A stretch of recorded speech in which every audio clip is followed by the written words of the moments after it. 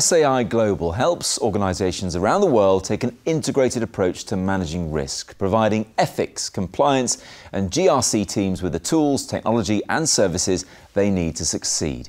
Katie Haswell joined them in London on Compliance Officer Day for the launch event of their latest research, the Consumer Trust Index.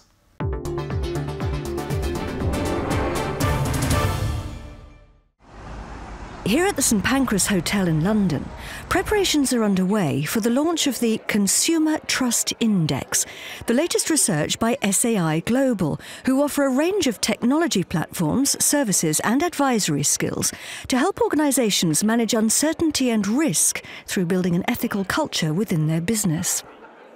The findings show how trust between companies and their customers can affect business outcomes, and SAI Global presented them on Compliance Officer Day, an annual event they launched in 2016 to foster networking and highlight the importance of compliance professionals in helping organisations to thrive. What we're trying to flag up is a fundamental change in the world of compliance and ethics. Compliance departments evolved as really the kind of business prevention police, catching people doing things that are wrong and punishing them for it. Compliance professionals started to understand that what was really driving compliance was the behaviour of individual employees, and what really drives the behaviour of individual employees is the ethical culture of the organisation. This is the second year in a row that SAI Global has organised Compliance Officer Day, and they're hoping that it's going to become a bit of an institution. It's all about recognising the important role that ethics, risk and compliance professionals play within their organisations, and everybody is here tonight to celebrate that.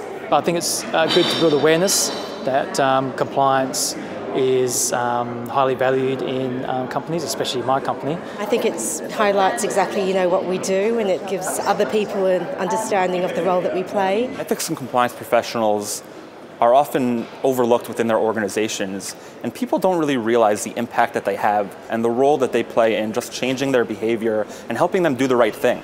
In the Consumer Trust Index, SAI Global found that out of 3,000 consumers they interviewed worldwide, 88% said reliable quality builds trust, and 83% rated transparency and a reputation for ethical behaviour as vital to securing their trust. 43% said they would never return to a company after a private data breach. But around half the consumers said a company could win back their trust if it took responsibility when things go wrong.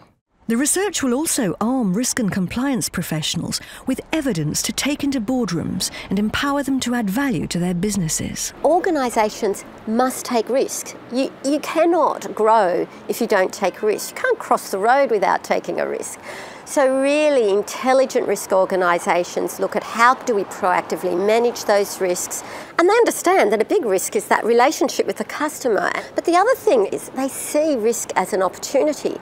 Even when something goes wrong, a well-managed crisis can in fact build your brand and build the faith in your brand. To embed that ethical culture, SAI Global builds engaging learning and communications tools for a company's employees.